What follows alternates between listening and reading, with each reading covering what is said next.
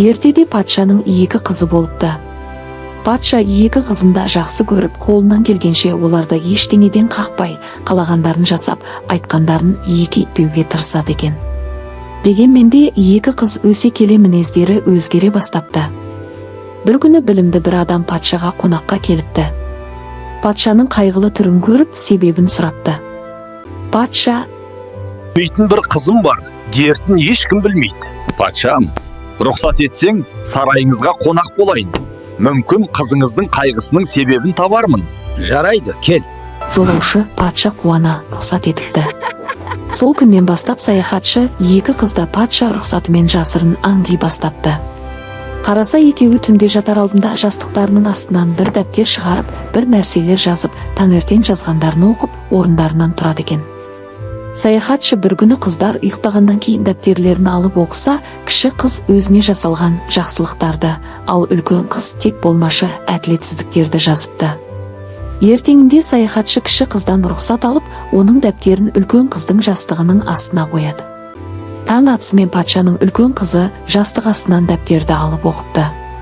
Сарайдағылар екеуіне де бірдей қарағандықтан ол дәптерде жазылғандарды жатырқамапты. Өзіне жасалған жақсылықтар есіне түсісімен жүзі жадырап, қуанғаннан ән сала бастапты. Патша үлкен қызының қуанғанын көріп, өз құлағы мен көзіне өзі сенбепті.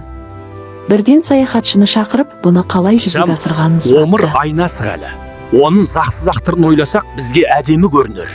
Қызыңыз өмірінің жаман жақтарын ойлағаны үшін бақытсыз болғанды. Патша үлкен қызын шақырып, оған енді дәптеріне тек жақсылықтарды ғана жазуға кеңес беріпті. Сол күннен бастап патшаның екі қызы да бақытты өмір сүріпті. Өткен заманда біреудің Айсұлу және Күнсұлу деген екі қызы болыпты. Екеуі де теңдесі жоқ сұлу екен. Бірінен бірі асқан сұлумын деп, бірімен бірі үнемі ұрысып, жиі жанжалдасып қалады екен. Bir күні Күнсұлу Айсұлуға тиісіп: "Сенен мен сұлымын. Зок, сен сұлу емессің, мен сұлымын." Ақыр аяғында бұл талас үлкен шатаққа айналады. Ыза қысып, әбден ашуланған Күнсұлу өзіне қарсы келіп отырған Айсұлудың бетін тырнап алады. Күнсұлу тырнағының ізі Айсұлудың бетінде өшпестей болып қалады. Міне, содан бері Айсұлу жұрттан ұялып, тек түнде ғана тысқа шығады екен. Ал бейбастақтығынан қатты ұятқа батқан Күнсұлу түн қараңғылығында бұғып жатады екен. Содан бері Айсұлу мен Күнсұлу біріне бірі көрінбейді. Ертеде бір хан болыпты. Ол өзіне жар іздепті. Сөйтіп ол әрбір қаланы аралап шығыпты. Бірақ ол өзіне лайықты қыз таба алмапты. Оның арманындағы қыз өте ақылды, өнерлі болған. Сөйтіп ол бір ауылға жетеді.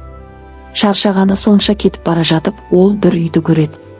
Сосын ол сол үйге кіріп, үйдің үлкендерімен амандасады. Бірақ ол бұл үйден ешқандай қызды көрмейді.